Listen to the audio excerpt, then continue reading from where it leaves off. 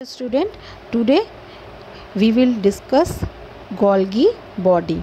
Okay student, yesterday we discussed endoplasmic reticulum. तो देखो बेटा, पहले हम वो कल के रिवीजन से ही स्टार्ट करते हैं कि ये जो आप देख रहे हो एंडोप्लाज्मिक रेटिकुलम का स्ट्रक्चर स्पेशली मैं आपको बता रही हूँ कि इसमें देखिए ये ऐसे है, और ये वाले डायग्राम में आप देख रहे हो कि ये जो पर्पल कलर से दिख रहा है तुमको अंदर, ये तो न्यूक्लियस है, और इसी से जो ये ऐसे कनेक्टेड है ट्यूब्यूल्स, यही क्या है, और इसी को यहाँ पर दिखाया गया है, थोड़ा एनलार्ज करके दिखाया गया है, और यहाँ पे दिखा रहा है कि ये ट्यूब लाइक स्ट्रक्चर जो है ये एंडोप्लाज्मिक रेटिकुलम है। देखिए ये इसकी एक मेम्ब्रेन हुई, एक ये मेम्ब्रेन।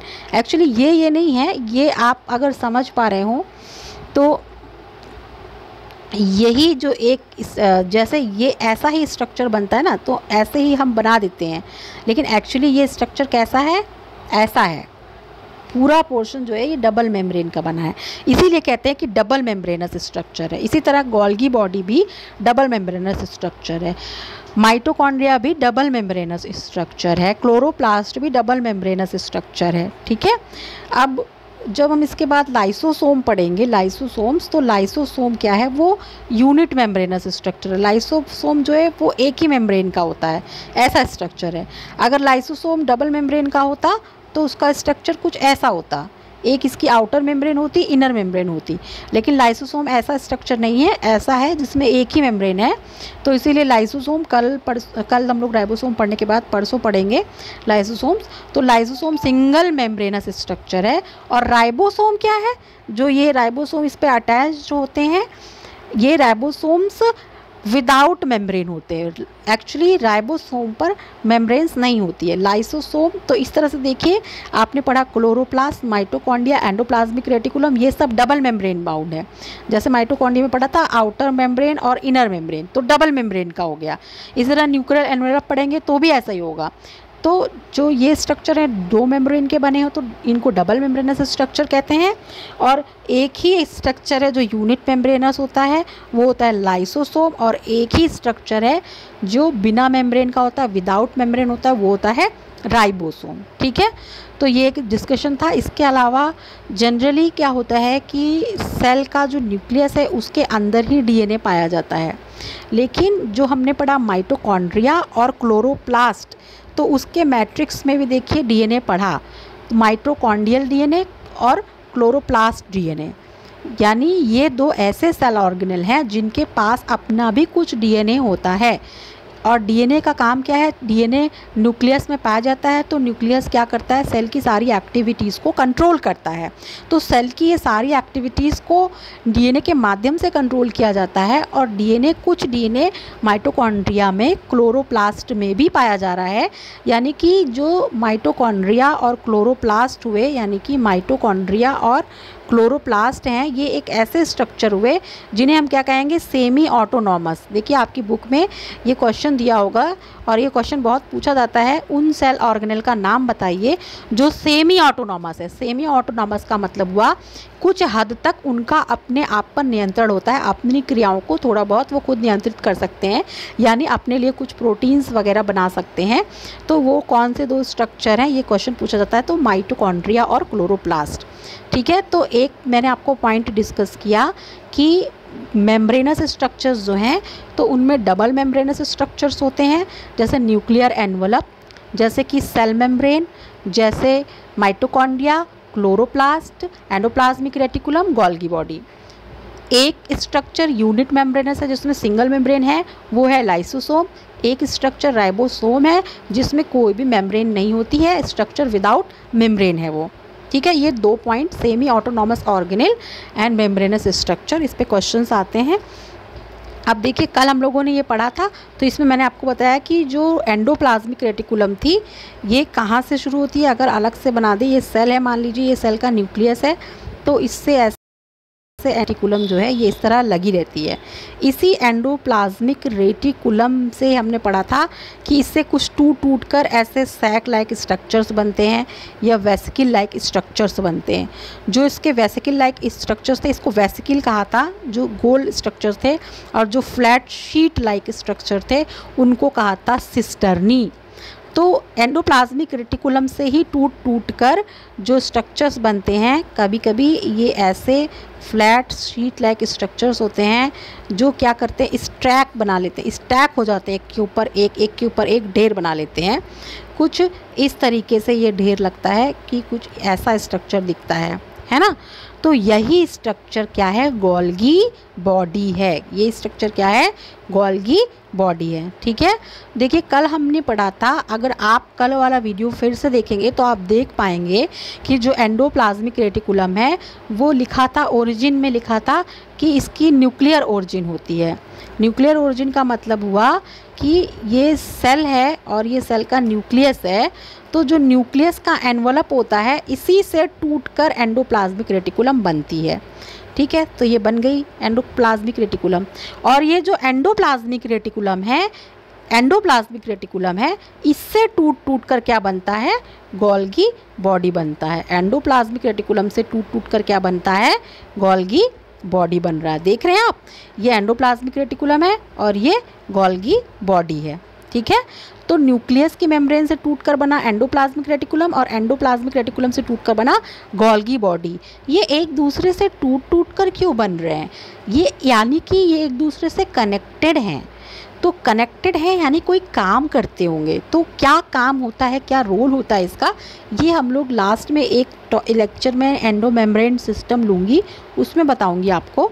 यहाँ आपको सिर्फ इतना समझना है कि कल जो आपने पढ़ा था कि पाई जाती है न्यूक्लियस से लगा हुआ एक स्ट्रक्चर जिसे क्या कहते थे, जिन्हें कहते थे एंडोप्लाज्मिक रेटिकुलम, और इनमें जिस पे राइबोसोम थे उसे रफ एंडोप्लाज्मिक रेटिकुलम बोलते थे, जिस पे राइबोसोम नहीं थे उसको स्मूथ एंडोप्लाज्मिक रेटिकुलम बोलते थे।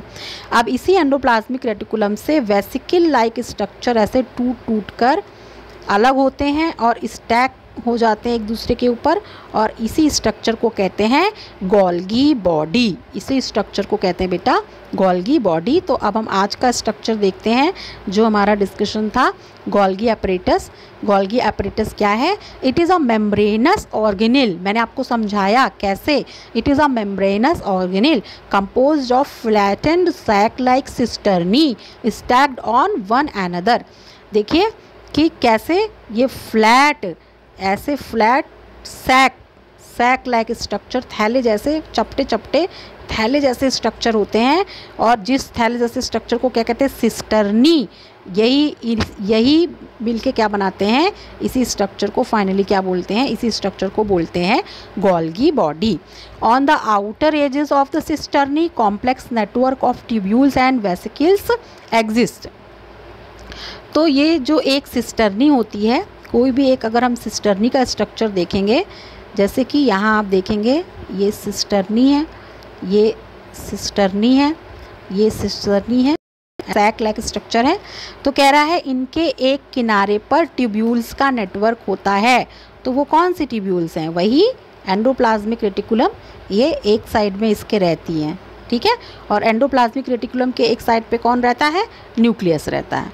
ठीक है, तो यहाँ पर ट्यूब्यूल्स रहती हैं और वेसिकल्स भी इसी से टूट कर ऐसे निकली हुई रहती हैं।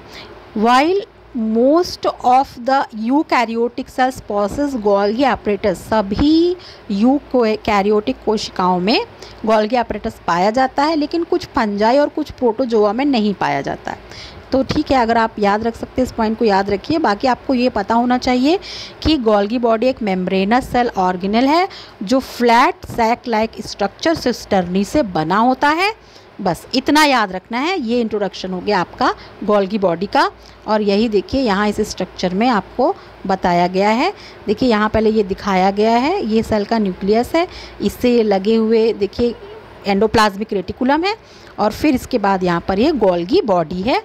तो ये गोल्गी बॉडी में देखिए ये सैक लाइक स्ट्रक्चर है, फ्लैट सैक लाइक स्ट्रक्चर है, जिसको क्या बोलते हैं, सिस्टर्नी कहते हैं। और इसमें इसी से देखिए बल्जिंग होती है और सैक लाइक स्ट्रक्चर्स वेसिकल्स बन सकते हैं। ठीक है, ये तो यानी कि जो स्ट्रक्चर मेन है वो कौन है, जो सिस्टर्ना है, जो flat sac like structure cisterna है, ये मेन हिस्सा है गोल्गी बॉडी का। और इसी से ऐसे बल्ज आउट होकर के वेसिकल्स भी बने हुए होते हैं। ठीक है, तो ये स्ट्रक्चर आप समझ पा रहे होंगे। देखिए ये जो स्ट्रक्चर है इसमें पोलैरिटी बहुत इम्पॉर्टेंट है।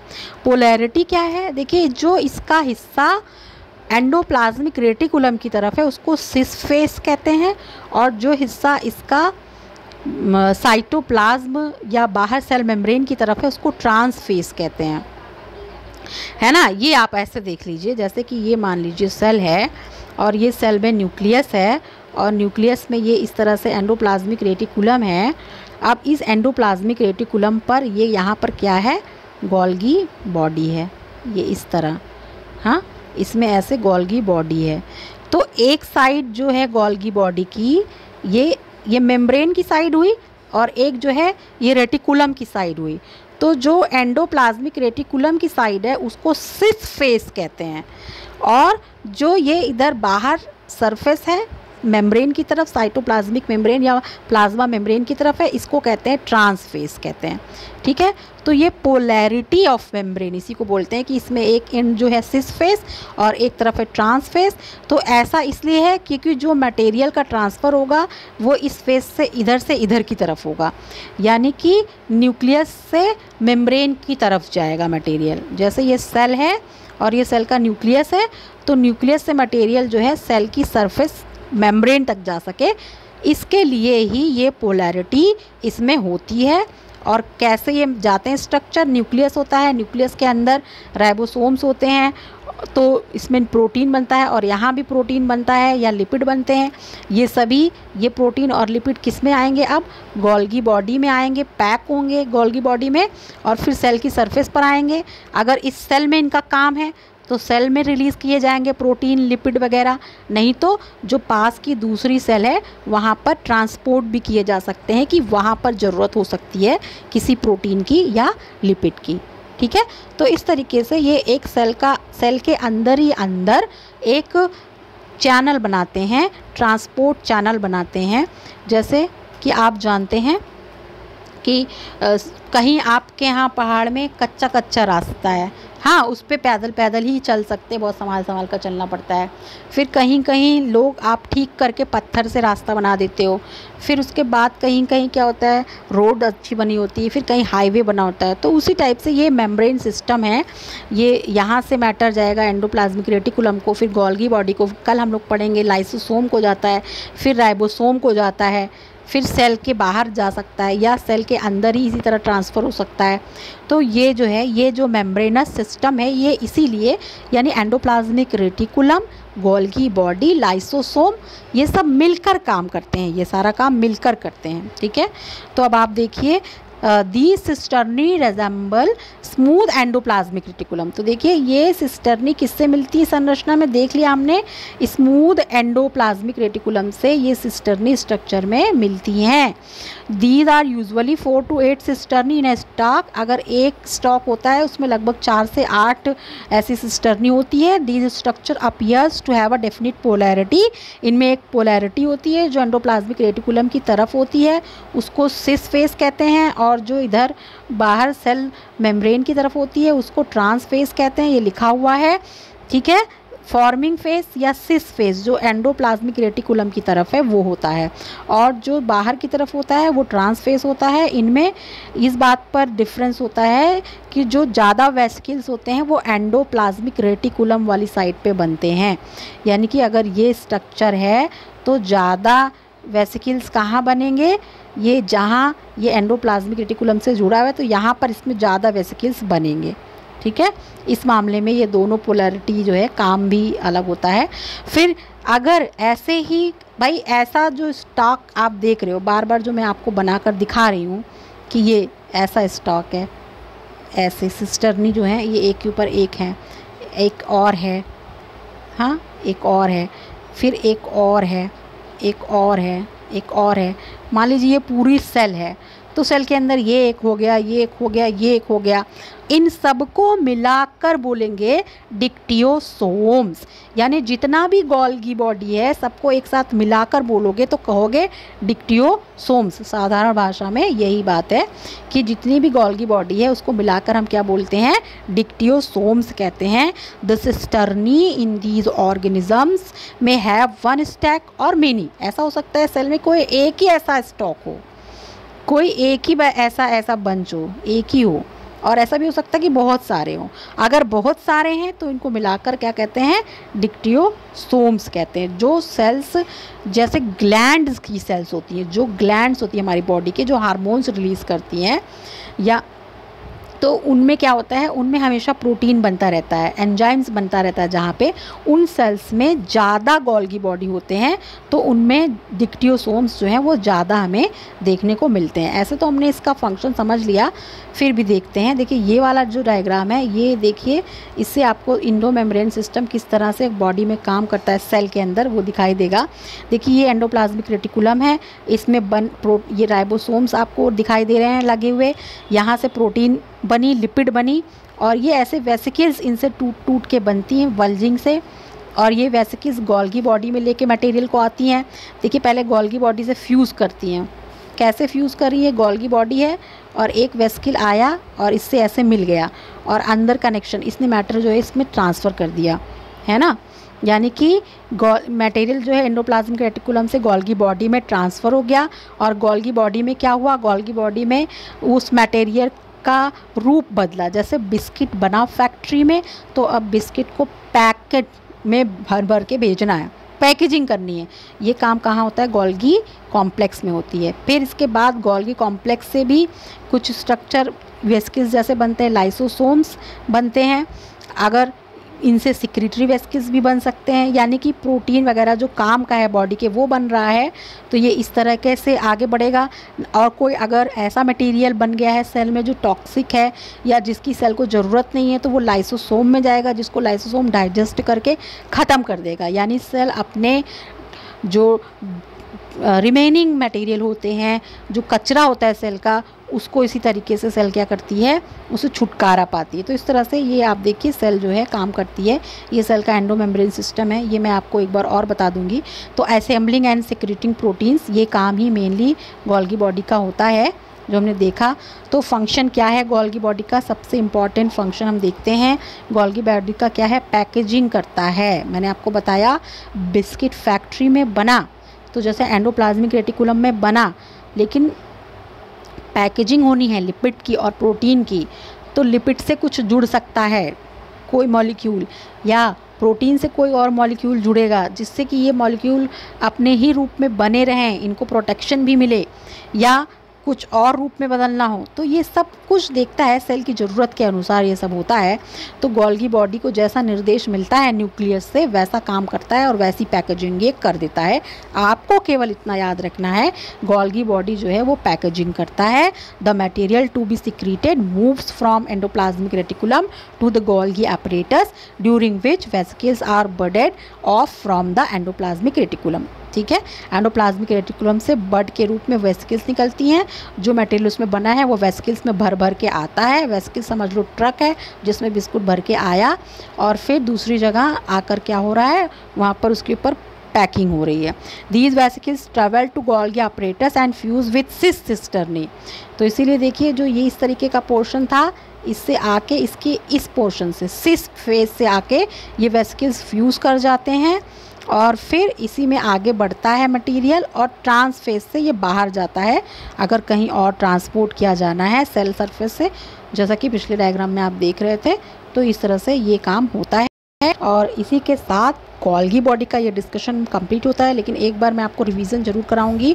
तो बस आपको जो याद रखना है भाई, केवल इतना याद रखना है जो मेन पॉइंट है। अब देखिए मैं लास्ट में जो पॉइंट हाईलाइट कर रही हूँ वो आपको ज़रूर याद रहना चाहिए। आप देख लीजिए क्या क्या पॉइंट्स हैं। आपको देखना है कि ये एक मेम्ब्रेनस ऑर्गेनेल है जो फ्लैट सैक लाइक स्ट्रक्चर से बना है, जिसे सिस्टर्नी कहते हैं, और ये एक के ऊपर एक स्टैक्ड रहते हैं। ठीक है, ये आपको याद रखना है इसमें से। ठीक है, फिर आपको ये स्ट्रक्चर डायग्राम बनाना 100% आना चाहिए। जैसा ये डायग्राम बना है बिल्कुल वैसा ही डायग्राम आपको बनाना आना चाहिए।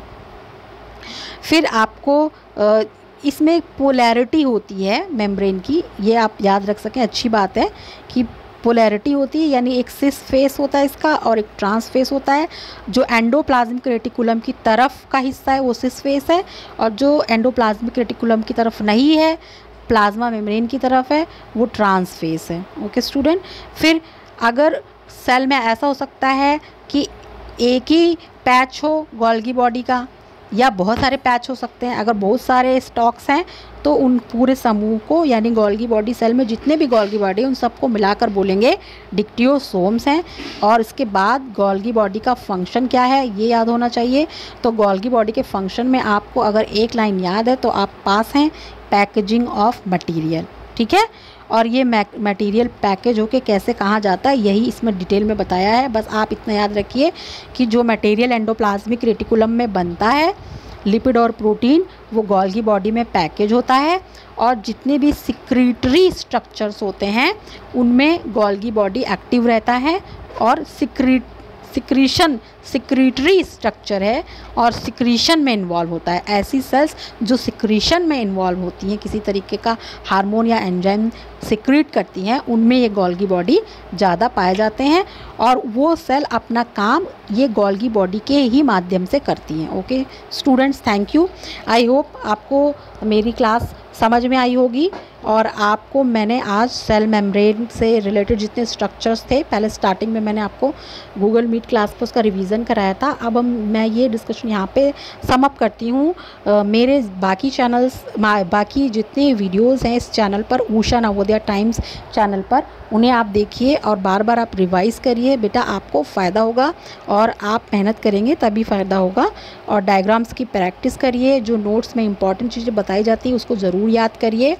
Thank you.